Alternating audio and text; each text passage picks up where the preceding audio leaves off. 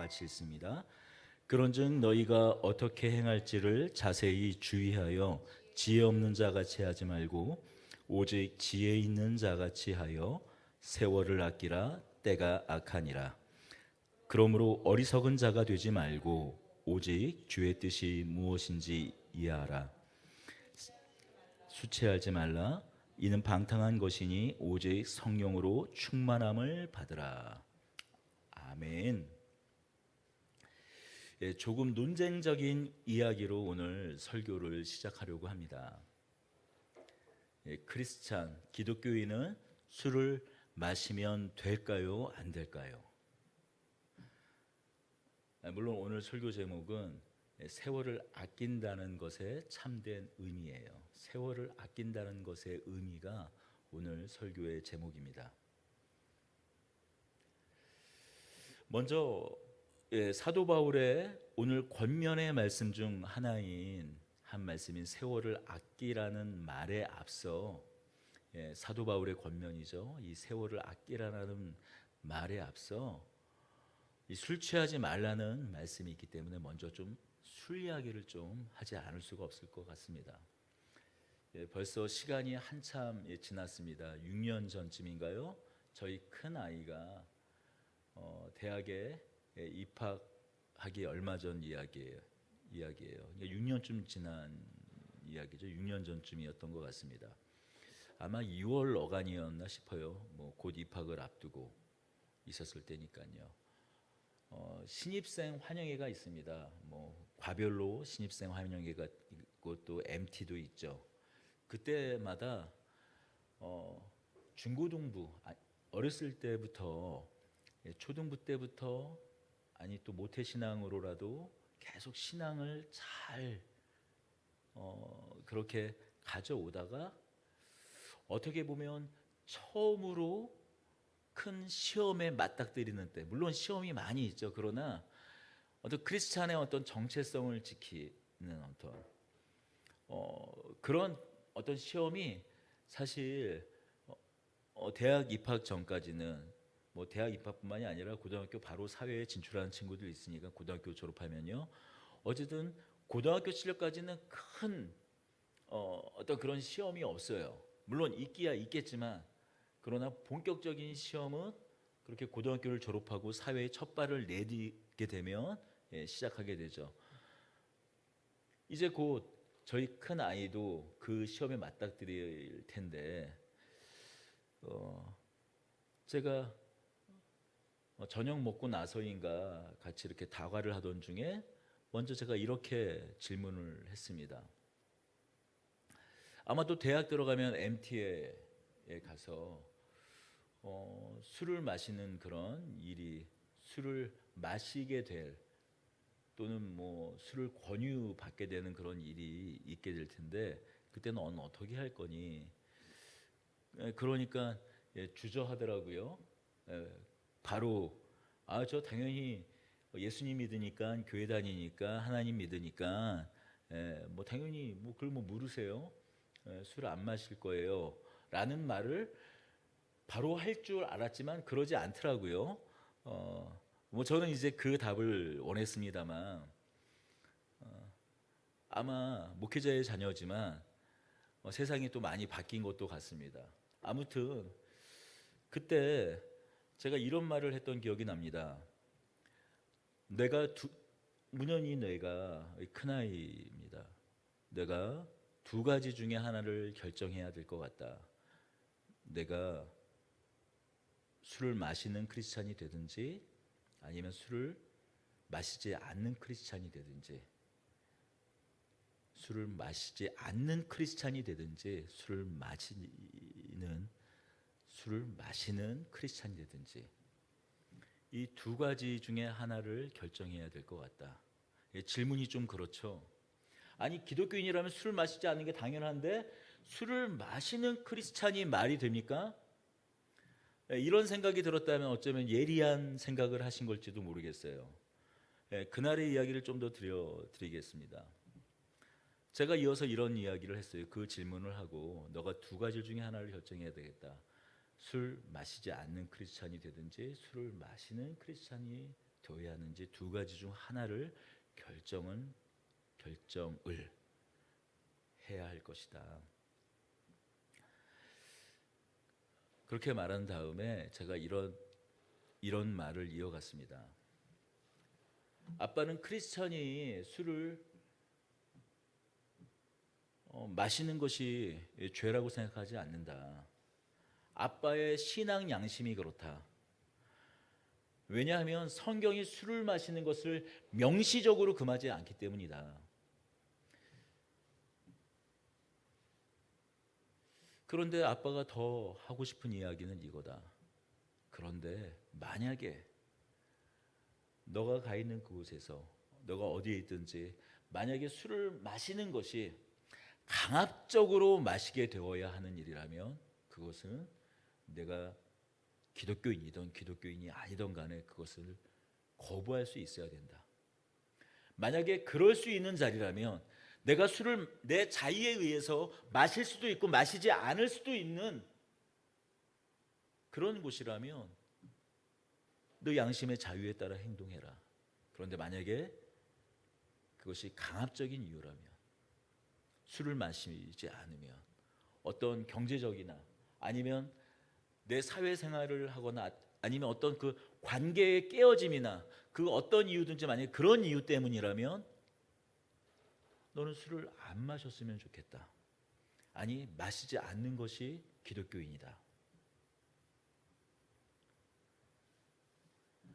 설사 관계가 깨어지고 내 사회생활에 불편함이 따르고 아니 불편함이 아니라 어떤 손해가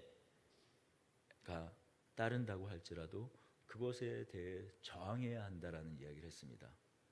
왜냐하면 폭력과 강압이야말로 성경에서 가장 금하는 것이기 때문이에요.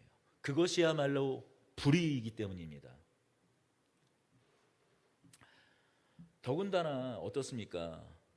뭐 지금도 마찬가지일지 모르겠습니다만 당시의 분위기만 하더라도 기독교인이라서 술을 마시지 않으면 동료들이 억지로 술을 더 권해요. 그래서 그것을 쓰러뜨리고 싶은 거예요. 술을 마시지 않으려는 그 사람의 어떤 결기와 결단을 꺾어서 마치 내가 큰 어떤 것을 이겨낸 것 같이 한 사람을 타락시켜서 넘어뜨린 것 같은 어떤 성취감을 느끼는 사람들이 제법 많았어요. 지금도 있을지 모르겠습니다. 근데 제가 이제 목회를 좀 오래 하다 보니까 이제는 뭐 기독교인들만 만나게 돼요. 어떻게 해요? 마음 아프게도. 그러다 보니 뭐 그런 부분에 대해서 요즘에 뭐 사실 이렇게 딱 와닿는 어떤 그런 일을 잘 겪지는 못하지만 그러나 요즘에도 그런 일을 겪을지 모르겠어요. 바로 그런 분위기라면 더더구나 저항해야 한다라는 말을 했습니다. 한편 뒤돌아 생각해 보면 아니 술을 마시지 않는 크리스천으로 결정한 것이 아니라 술을 마시는 크리스천으로 결정을 하고 그 삶을 선택했는데 그런 저항 당할 일이 뭐 많지 않을 것 같기도 해요. 아니 내가 애초에 술을 마시기로 했는데 무슨 뭐 내 스스로 사회적 어떤 저항을 맞닥뜨리겠습니까? 그럼에도 불구하고 내가 술을 마시는 크리스천이 되든지 뭐 제 원고에는 술을 마시지 않는 크리스천이 항상 앞에 있는데 어떻게 하다 보니까 술을 마시는 크리스천이 항상 먼저 나오네요. 네, 다시 술을 마시지 않는 크리스천이 되든지 술을 마시는 크리스천이 되든지 내 신앙 양심에 따라 해라라고 그렇게 마치 술을 마실 수도 있음을 아니 어쩌면 마셨을지도 모르겠죠. 아니 술을 마시는 길을 열어두는 어떻게 보면 목회하는 아빠로서 목사인 아빠로서 그런 말을 제가 했던 이유는 따로 있습니다. 말 그대로 술에 대한 정죄감이 아닌 자유함을 주기 위해서였어요.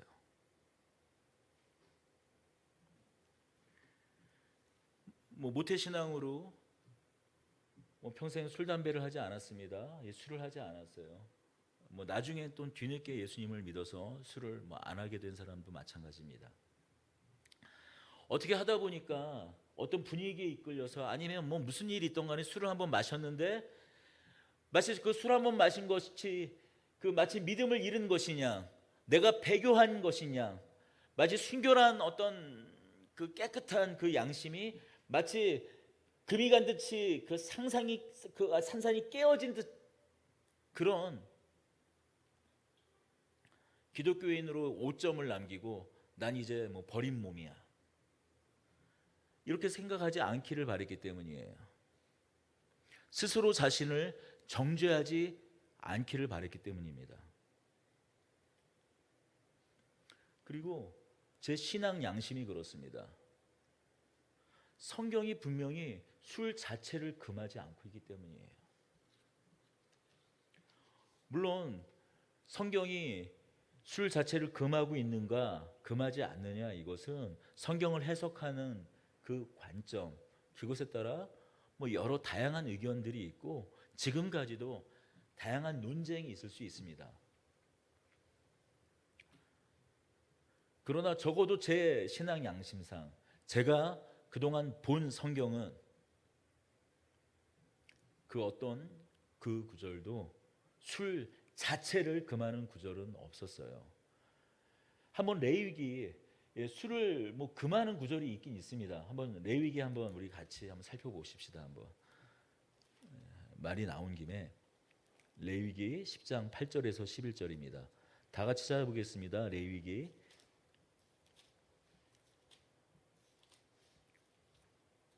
10장 8절에서 11절입니다. 10절에 레위기 10장 8절에서 11절입니다. 구약 성경 159면입니다. 여호와께서 아론에게 말씀하시되 너와 네 자손들이 회막에 들어갈 때에는 포도주나 독주를 마시지 말라. 그리하여 너희 죽음을 면하라. 이는 너희 대대로 지킬 영원한 규례이니라.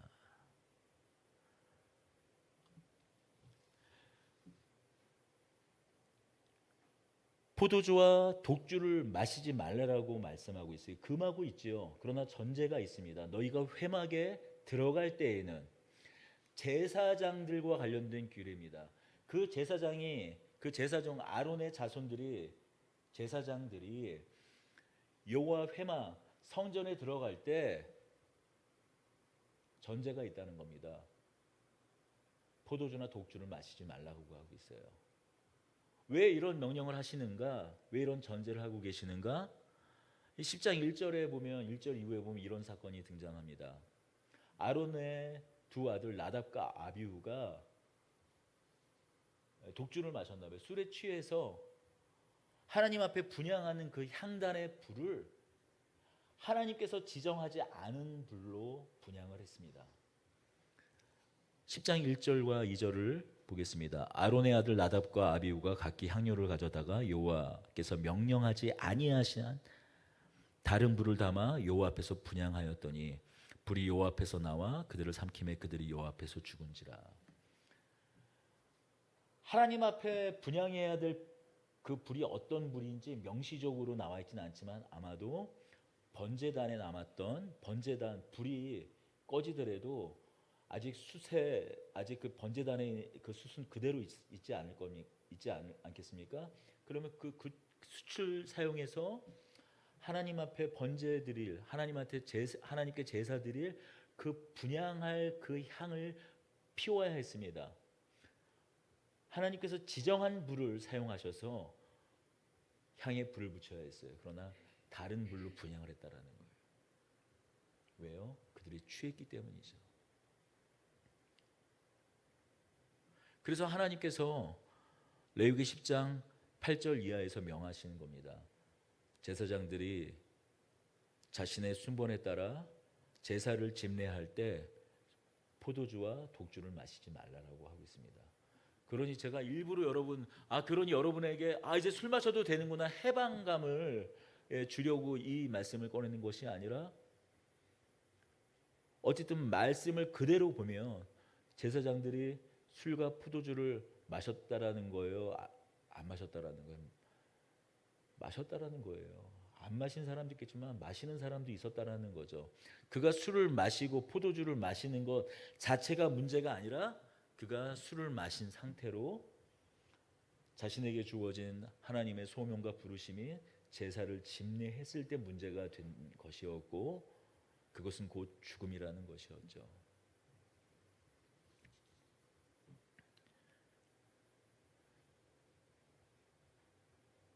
민수기 6장 3절도 한번 가볼까요? 또 뭐 술과 술을 금하는 구절이 있습니다. 민수기 6장 3절입니다.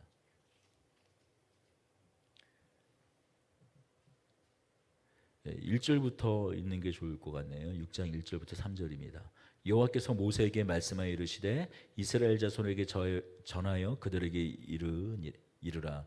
남자나 여자가 특별한 서원 곧 나실인의 서원을 하고 자기 몸을 구별하여 여호와께 드리려고 하면 포도주와 독주를 멀리하며 포도주로 된 초나 독주로 된 초를 마시지 말며 포도즙도 마시지 말며 생포도나 건포도도 먹지 말지니.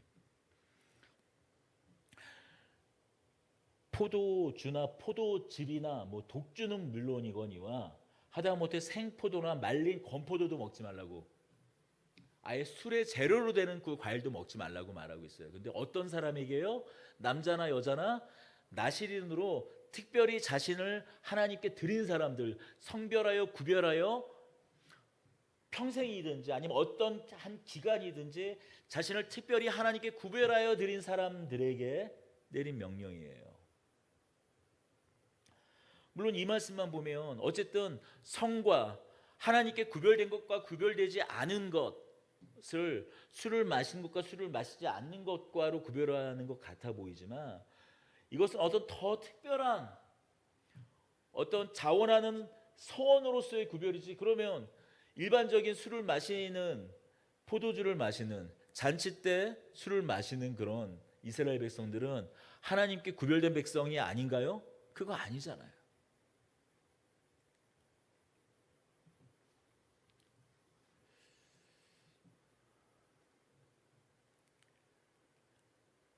계속 제가 이야기할 때 여러분 놓치면 안 되는 것이 있습니다. 그러니까 술을 마시라는 거예요, 말라는 거예요? 한 말씀을 더 드리겠습니다. 여러분, 제가 참 좋아하는 기적이 있습니다. 예수님께서 행하신 첫 기적이에요. 정말로 복음 아래서 자유함을 주는 기적이기 때문이에요. 예수님의 여러 기적 중에 가장 처음으로 행한 기적은 요한복음 2장에 나타난 물을, 가나안의 혼인잔치에서 물을 포도주로 만든 기적입니다. 혼인잔치에 혼인식이 잔치와 함께 거인데, 뭐 예식, 뭐 이스라엘 혼인식은 우리처럼 뭐 예식장이 딱 끝나면, 예식 끝나면 바로 이제 식사 그런 게 아니라 그 모든 순간이, 결혼식의 그 모든, 결혼 예식의 모든 순간이 잔치였고, 식사하면서 함께 포도주를 겉들여 마시면서 잔치를 벌이는 거예요. 계속 그 잔치의 흥이 무르익을 무렵에 포도주가 다 떨어졌습니다. 갑자기 좀 웅성웅성거려요. 술이 떨어졌다라는 거예요. 그때 예수님께서, 어머니가 이렇게 말씀하죠. 좀 어떻게 좀 해봐라. 그때 예수님께서 조용히 하인을 부릅니다.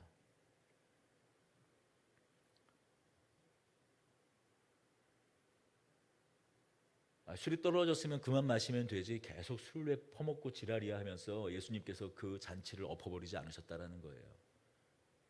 이 독사의 자식들아 하면서 그 잔치를 엎어버리지 않으셨어요. 조용히 하인을 불러서 저기 항아리에 물을 떠다가 사람들에게 나누어 주라라고 했어요. 어떻게 됩니까? 그 물이 변하여 포도주가 됩니다.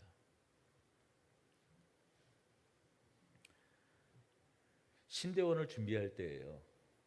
제가 성경을 잘 몰라서 이 대학원, 신학대학원 그 입시도 학원이 있습니다.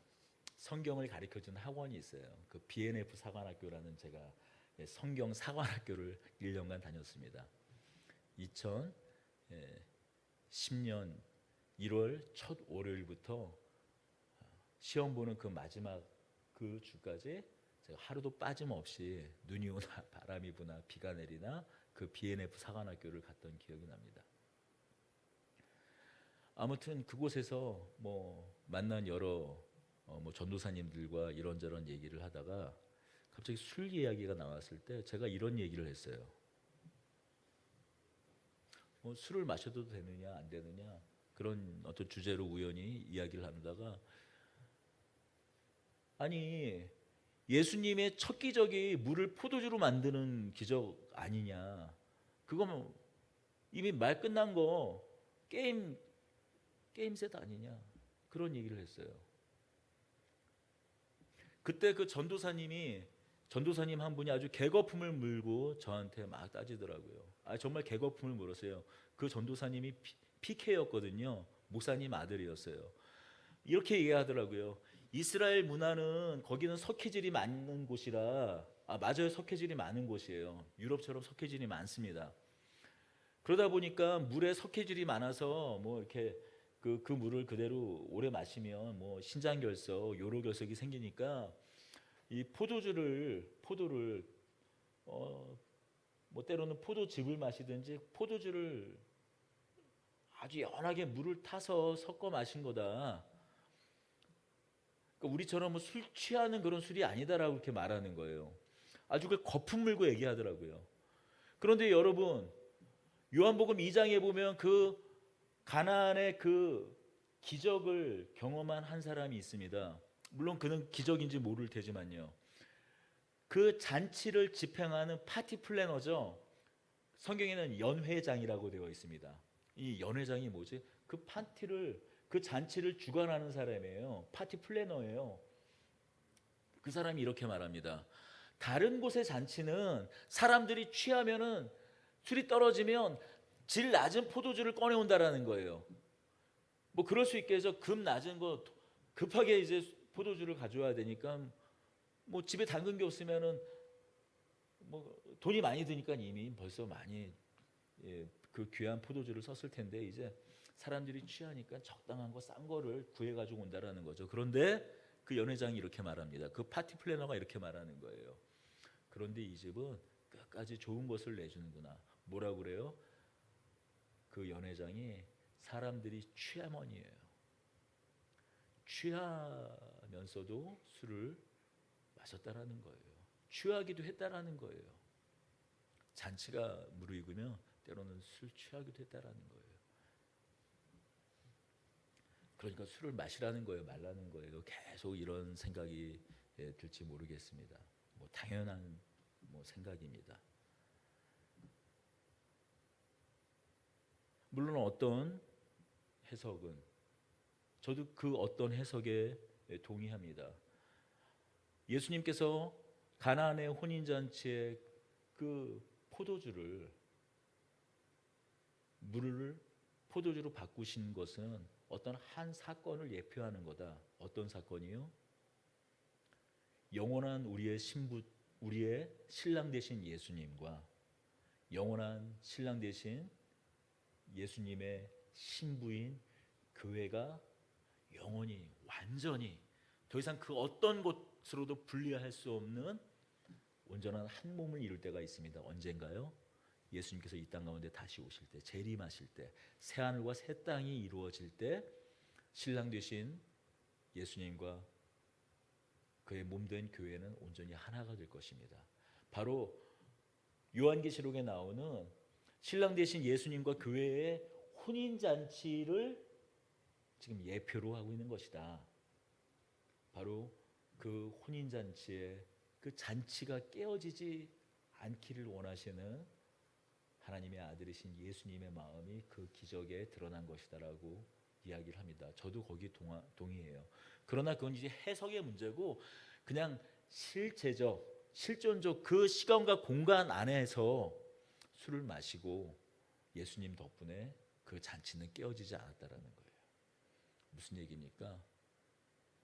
하나님은 우리 인간의 기쁨과 때로는 즐거움, 결혼식만큼 큰 즐거움과 기쁨이 어디 있어요?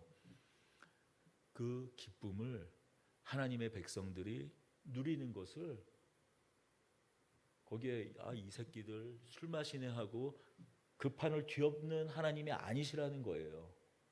현실적으로 현존적으로 그렇다라는 거예요. 그러니까 술을 마셔야 돼요, 말아야 돼요. 제가 뭐 좀 이따 얘기할게요.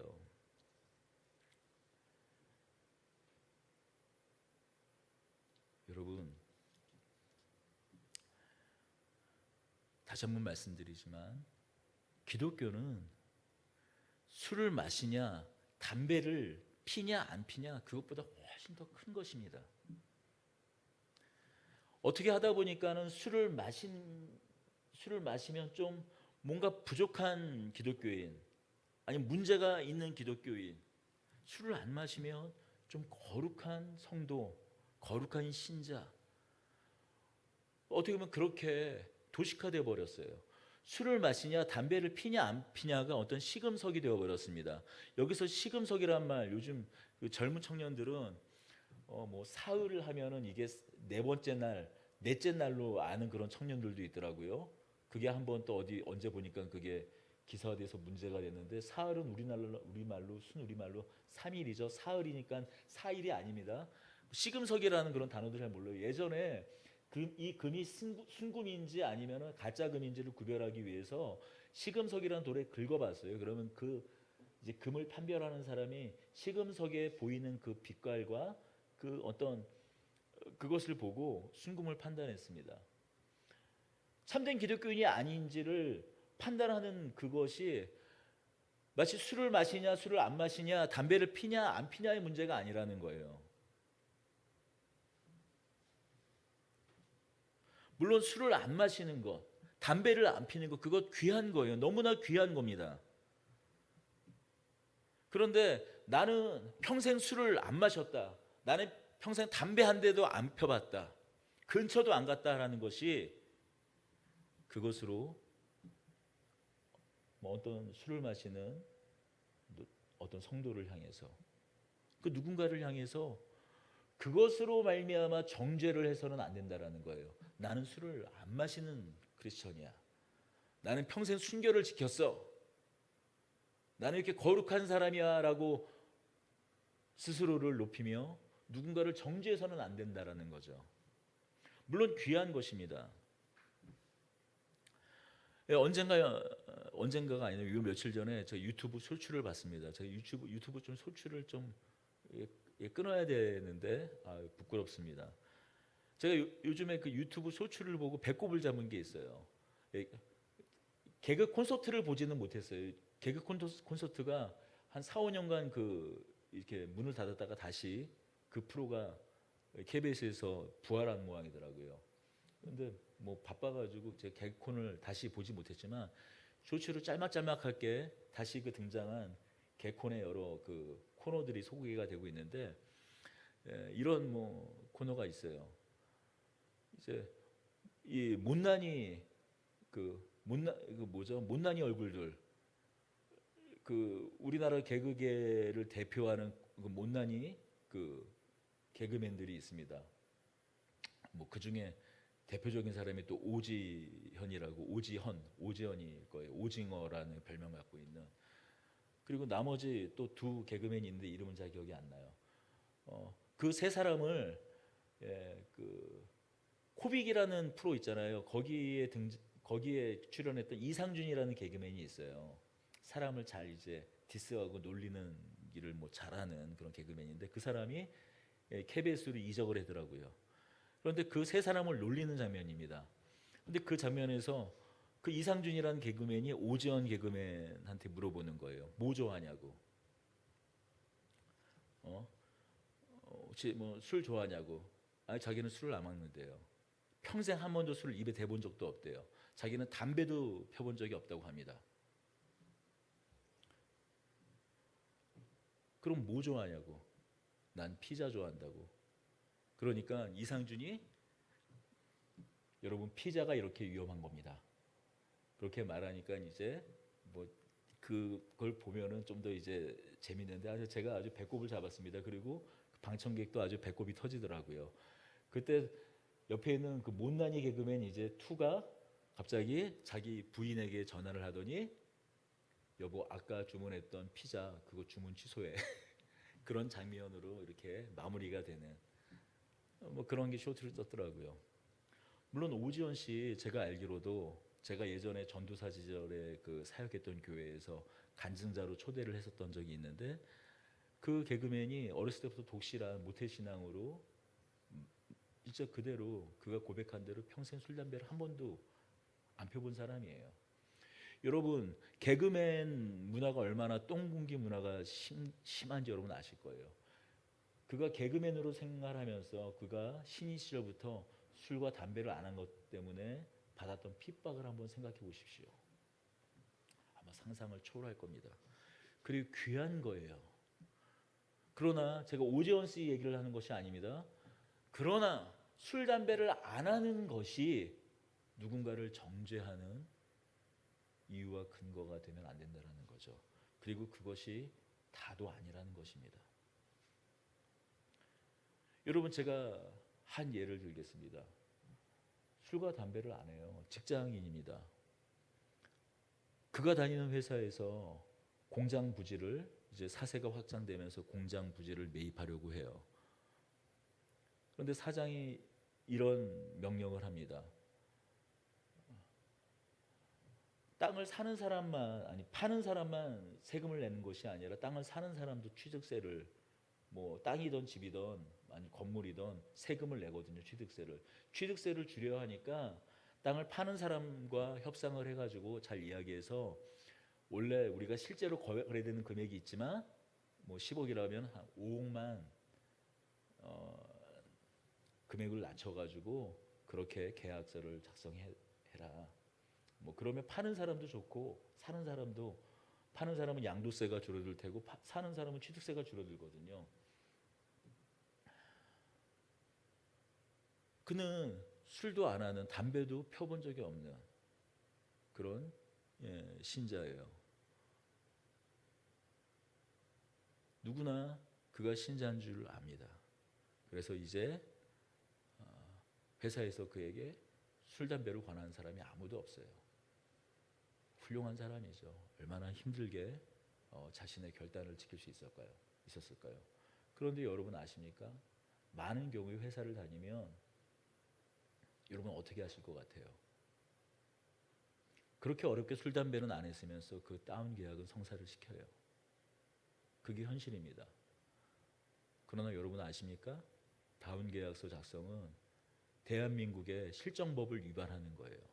법으로 금하는 겁니다.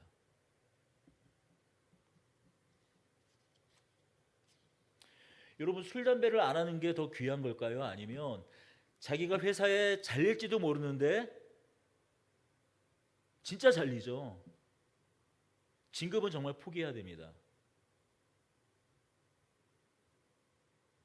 다운 계약서를 작성하지 못한다고 그러면 안 된다고 사장한테 얘기하는 것이 더 귀하고 하나님이 원하는 뜻일까요?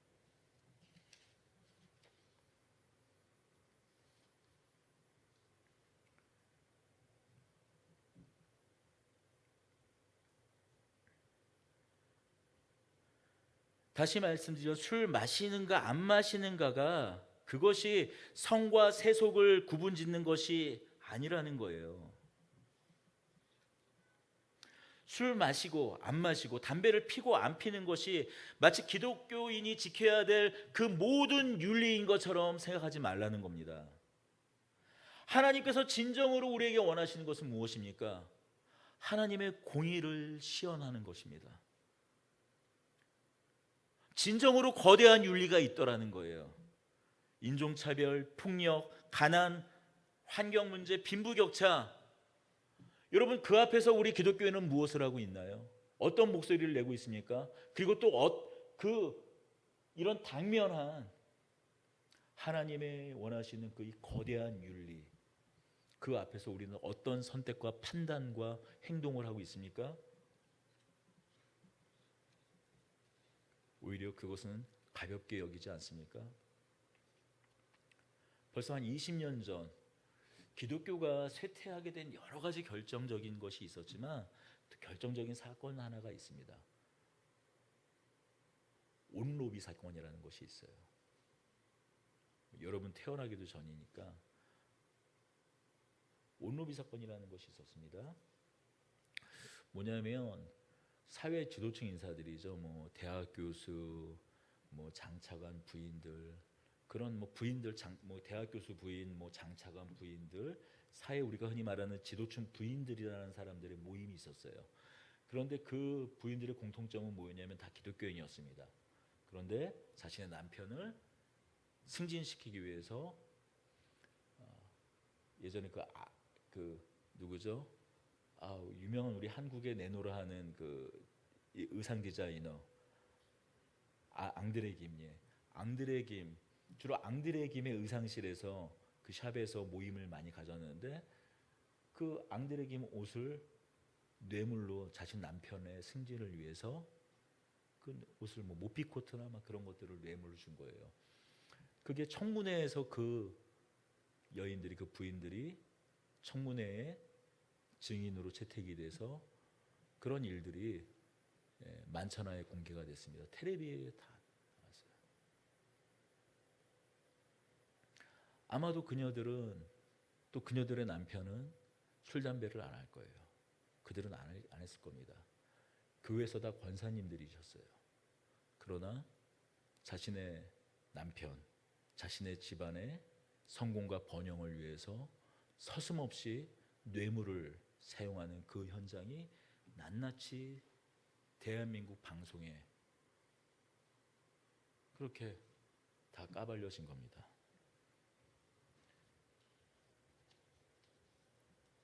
여러분, 기독교는, 우리가 믿는 신앙은 술, 담배보다 훨씬 더 큰 거예요. 더 높은 겁니다. 더 깊은 겁니다. 더 넓은 거예요. 술, 담배를 하느냐 마냐의 그냥 문제가 아닌 거예요.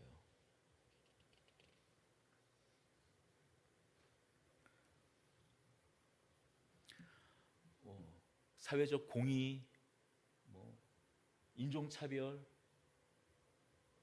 너무 큰 얘기인가요? 그냥 아주 쉽게 이야기하겠습니다.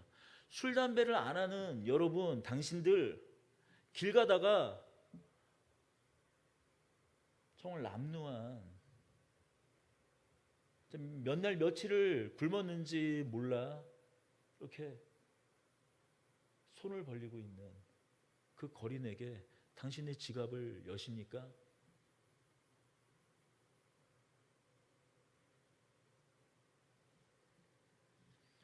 기꺼이 당신의 지갑을 열었냐라는 거예요. 야고보서 1장 27절입니다. 하나님 아버지 앞에서 정결하고 더러움이 없는 경건은 곧 고아와 과부를 그 환난 중에서 돌아보고 또 자기를 지켜 세속에 물들지 아니하는 이것이니라. 세속에 물들지 아니하는 것이 뭐라고요? 속된 것에 물들지 아니하는 것이 그저 술, 담배 안 하는 것 그 정도의 문제가 아니라 정말 하나님께서 원하시는 공의를 실현하는 삶을 살고 있느냐 마느냐라는 거예요. 그래서 술, 담배 안 핀 거 그 돈 아껴서 좋아. 그래서 교회 헌금하기 이전에 당신의 그 재정을, 그렇게 아낀 재정을 그걸 모아가지고 그래서 하나님이 원하시는 그 선한 일에 써봤냐라는 거예요. 만약에 단 한 번도 그래 본 적이 없다면 당신은 가짜일 수 있습니다. 그러니까 술 마셔도 되는구나, 마셔야겠네. 언젠가 이름을 밝힐 수 없는 저희 막내가 고등학교만 졸업하면 술 마셔야지 라는 뉘앙스로 말을 했었어요. 좀 충격이었습니다. 내가 목회를 잘못했구나. 성도도 몇 안 되는데 내 목회는 실패했구나 그런 생각을 하기도 했습니다만, 그러니까 술 마셔야겠구나라고 만약에 오늘 설교를 듣고 결정을 했다면 참 마음이 좀 슬플 것 같습니다. 사실 여기까지가 설교예요. 지금 12시 10분인데 여기까지가 오늘 설교의 서론입니다. 오늘 설교가 몇 시에 끝나려나? 서론과 본론 이제 짧게 5분이면 끝날 얘기예요. 빌드업입니다. 제가 앞서서 제 큰아이에게 술 마시지 않는 크리스찬이 될 거냐, 아니면 술 마시는 크리스찬이 될 거냐, 그걸 네가 결정하라라고 이야기를 했던 걸 기억하실 겁니다. 여러분, 제가 이 질문을 드리고 싶어요. 여러분, 어떤 게 쉬울까요? 술을 마시는 크리스찬이 쉬울까요? 아니면 술 안 마시는 크리스찬이 쉬울까요? 순서를 좀 바꿀게요. 술 마시지 않는 크리스찬이 되는 게 쉬울까요? 술을 마시는 크리스찬이 쉬울까요? 이건 반대로 이렇게도 질문할 수 있겠죠. 술 마시는 크리스찬이 어려운 길일까요? 아니면 술 마시지 않는 크리스찬이 어려운 길일까요? 뭐 누가 뭘 손수건을 던졌습니다. 승질을 내는 것 같은데, 여러분, 저는 술을 마시지 않는 크리스찬의 길이 훨씬 쉬운 삶이라고 어떻게 보면 생각합니다. 대개 기독교 문화가 주류인 국가에선 대개의 경우에 술을 좀 금하는 게 일반적이긴 합니다만, 아예 그 독일과 같은 경우에는 목사들에게 월급을 줘요. 독일 루터교 그 교단 목사들에게는 국가에서 종교세라는 걸 모든 국민에게 종교세를 걷습니다. 모든 국민에게 무조건 독일의 국민이라면 강제로 세금을 걷어요, 종교세라고. 그래서 그 종교세를 나눠서 그 독일의 원래 국교였죠, 루터교회. 지금은 국교가 아닙니다만 그래도 여전히 루터교 목사들에게 월급을 줍니다. 사례를 줘요. 그런데도 불구하고 루터교 신자들이 예배를 끝나고 뭐 집에서 이후에 뭐 따로 모임을 갖거나 성도들의 모임을 가질 때 그냥 맥주 한두 잔씩을 해요. 전혀 그걸 정죄하지 않습니다. 여러분, 우리가 장로교입니다. 장로교회 뭐 창시자라고, 교주는 아닙니다. 장로교회 원 뿌리라고 생각하는, 우리가 중요하게 생각하는 인물이 누굽니까? 칼뱅 아니에요.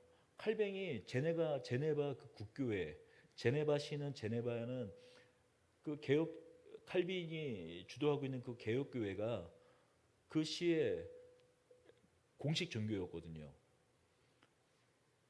칼빈이 금요를 받았지만 금요학계 모두 받았냐면 일정 포도주도 받았어요. 물에 탄 포도주가 아니라 그냥 마시면 취하는 포도주를 마셨어요. 그러니까 기독교인은 술을 마셔도 되냐 안 마셔야 되냐, 이거는 사실 신학적으로 논할 대상 자체가 아닌 거예요. 그런데 우리나라, 미국의 선교사들이 처음 우리나라에 들어왔을 때, 약 150년 전에 들어왔을 때 당시의 시대상이 어떤 시대상이었습니까? 일제 식민지가 진행되고 있던 상황이었고, 또 한민족들이 술을 마시면 그냥 딱 여기서 끝내는 것이 아니라 아예 그냥 코가 삐뚤어지고 인사불성이 돼야 마신 것처럼 생각하고, 더군다나 사회적 풍조가 어땠습니까? 이제 나라가 망해가면서 사람들이 이제 어떤 소망도 기대도 접어버리고 그저 버는 저쪽 그냥 술로 탕진하든지 노름하든지 그렇게 허송세월을 보내고 있으니까 선교사들이 보고 이래서는 안 되겠구나 해서 신자는 술을 안 마셔야 되는 것으로 아예 정해버리는 거예요. 그렇게 선교를 한 것입니다. 그게 문화로 굳어진 것이죠.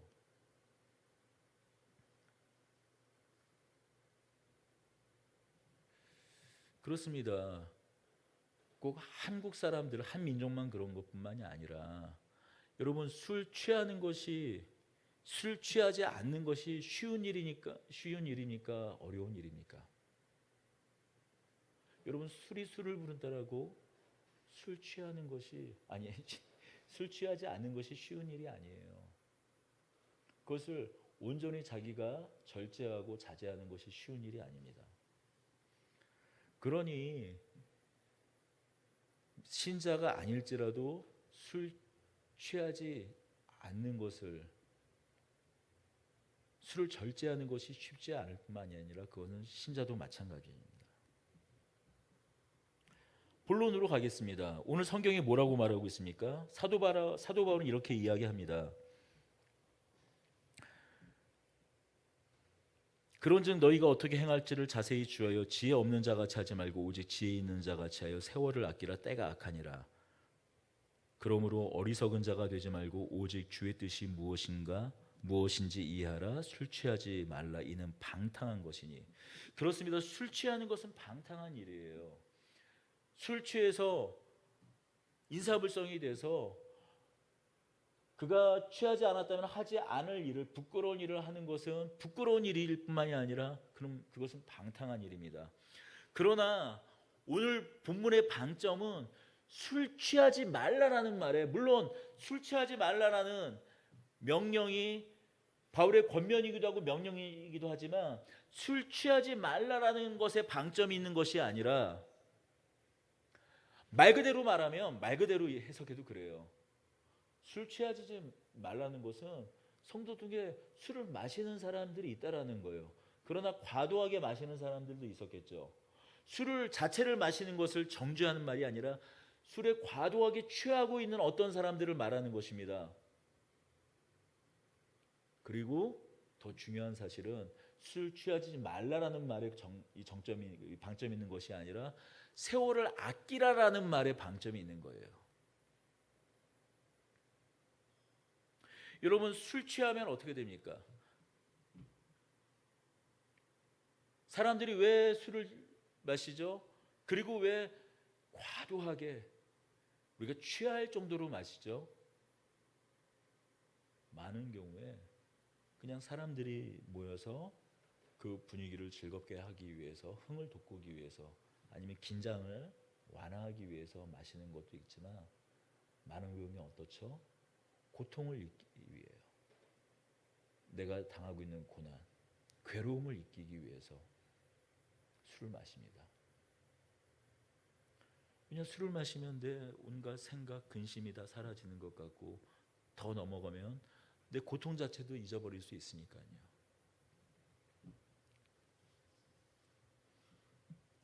어떤 목사님들이 이렇게 말합니다. 이 본문을 이렇게 해석해요. 술 취하는 것, 술 취하면 술의 지배를 받잖아요. 여기 성령의 충만함을 받으라? 마치 비슷합니다. 술 취해서 술의 지배를 받는 것이 아니라 성령의 충만함을 받아서 성령의 이끌림을 받는 성령의 지배를 받아야 되지 않겠느냐라는 어떤 취지에서, 그 말 자체는 틀린 말은 아니지만 적어도 이 본문에서 그렇게 해석해서 들어가면 안 된다라는 거예요. 왜냐하면 여기에 방점은 세월을 아끼라라는 거예요. 왜냐? 시대가 악하기 때문에. 때가 악하다라는 것은 무엇인가요? 이 세상의 조류, 이 시대 정신이 어떤 시대 정신이라는 거예요. 우리의 믿음을 흔드는, 우리의 신앙을 흔드는, 우리의 믿음과 신앙을 흔드는 것은 단순히 그저 너 예수님 믿어 안 믿어 목에 칼 들여놓고 그런 문제가, 단순히 아주 그런 문제가 아니라는 거예요. 교만 이 시대의 정신 휩쓸려 가면은 사실 그거 하나님이 원하시는 일이 아니야.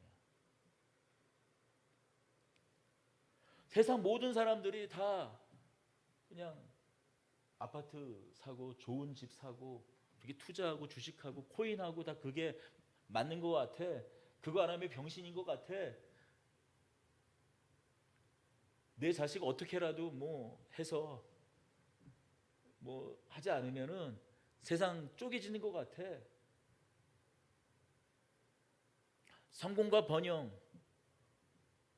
어떤 기회, 그것을 잡지 않으면은 이제 영원히 도태되는 것 같아 하는, 우리를 그렇게 몰아가는 이 시대 사조, 이 악한 시대, 그거를 불이라고 할지 뭐라고 표현할지 몰라도 그런 시대 앞에서 여러분 어떻습니까? 신자의 삶을 살게 되면 여러분 우리에게 고통이 있을 거예요. 고난이 있을 거예요. 여러분 인생에 어쩌면 낙오가 될지 모릅니다.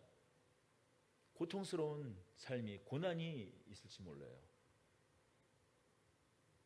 아니 그냥 신자가 아닌 사람들도 이 세상을 살기가 버거워요. 고난이에요.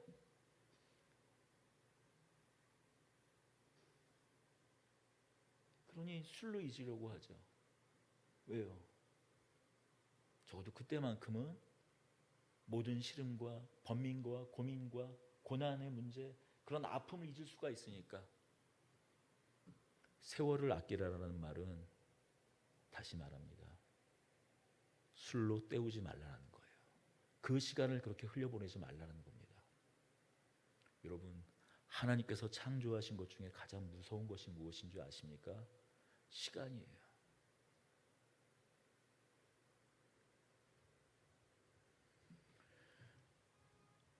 술 취해서 잠시 잠깐 고난을 잊을 수 있어요. 고통스러운 시간을 잠재울 수 있습니다. 그러나 그 취한 가운데서 정신을 차리고 다시 그 시간 앞에 설 때 우리의 고난의 문제, 우리가 이 악한 시대 때문에 걷게 되는 그 고통, 그거는 날이 선 채 그대로 그 문제는 직면해 있을 거라는 거예요. 세월을 아끼라는 말은 이 말씀입니다.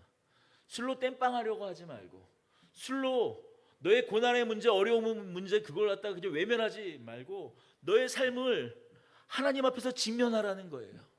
성령의 충만함을 받아서 이 악한 시대, 그것을 분별해내고 직면하라는 것입니다. 고난이 있을지도 모른다. 아픔이 있을지도 모른다. 오히려 그 직면했을 때, 그리고 그것을 전면으로 돌파했을 때 당장 눈에 보이는 어떤 칭찬이나 아니면 어떤 우리가 원하는 상이나 그런 것이 없을 수 있다. 아니, 고난일 것이다. 그때 술이나 그런 것으로 시간을 믿지 않는 자들처럼 땜빵하려 하지 말라는 거예요. 직면하라는 거예요. 그것이 시간을 아끼라, 세월을 아끼라라는 의미입니다. 하나님은 시간 속에서 일하시는 하나님이세요.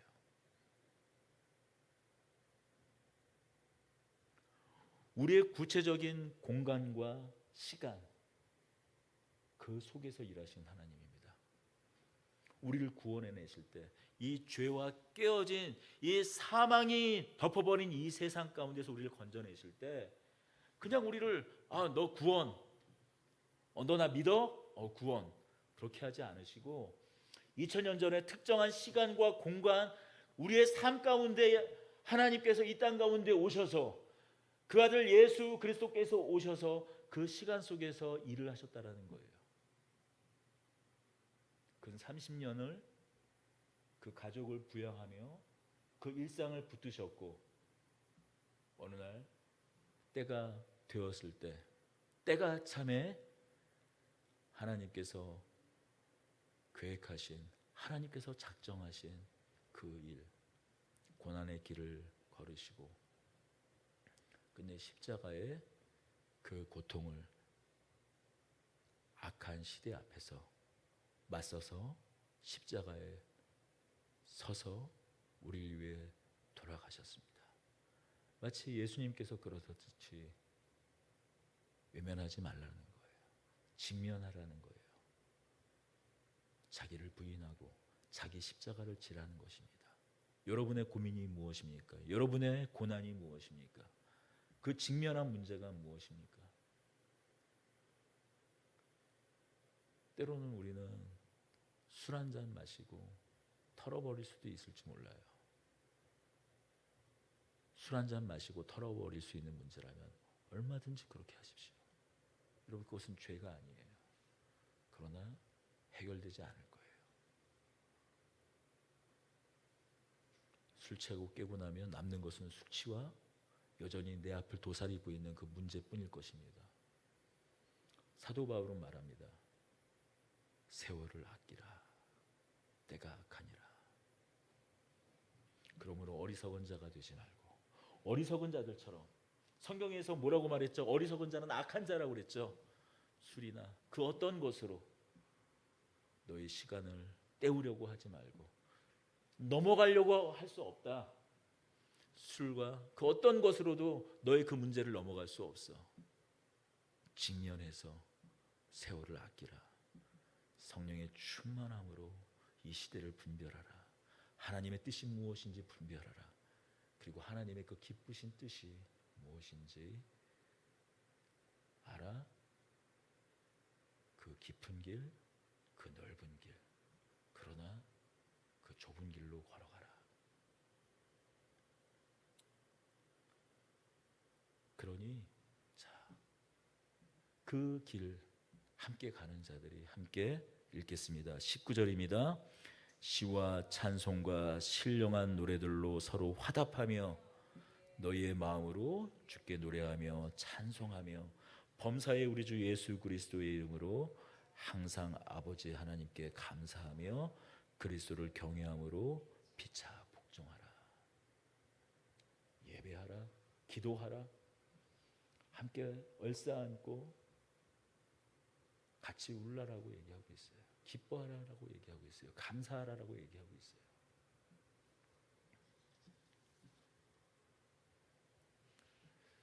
그러니 여러분, 술 마시는 크리스천으로 살기가 훨씬 더 어려울 것 같습니다.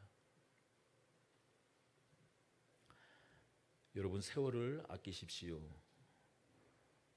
여러분이 주 안에서 맨정신을 차리고 시간 속에서 일하시는 하나님, 성령 하나님과 동행하시다 보면 때로 까무러칠 수도 있습니다. 머리가 깨지고 손발 마디가 뒤틀리고 깨질 수 있어요. 부러질 수 있을지 모르겠어요. 그러나 그렇게 우리와 동행하신 한 분을 우리는 만나게 될 겁니다. 훌륭해져 있을 겁니다. 언젠가 우리의 모습을 보면 예수님과 닮아 있는 우리 자신의 모습을 보게 될 것입니다. 기도하겠습니다. 은혜와 사랑의 주님, 술 취하지 말라 이는 방탕한 것이니 성령의 충만함을 받으라. 무엇을 위함입니까? 세월을 아끼기 위함입니다. 시대가 악하기 때문입니다.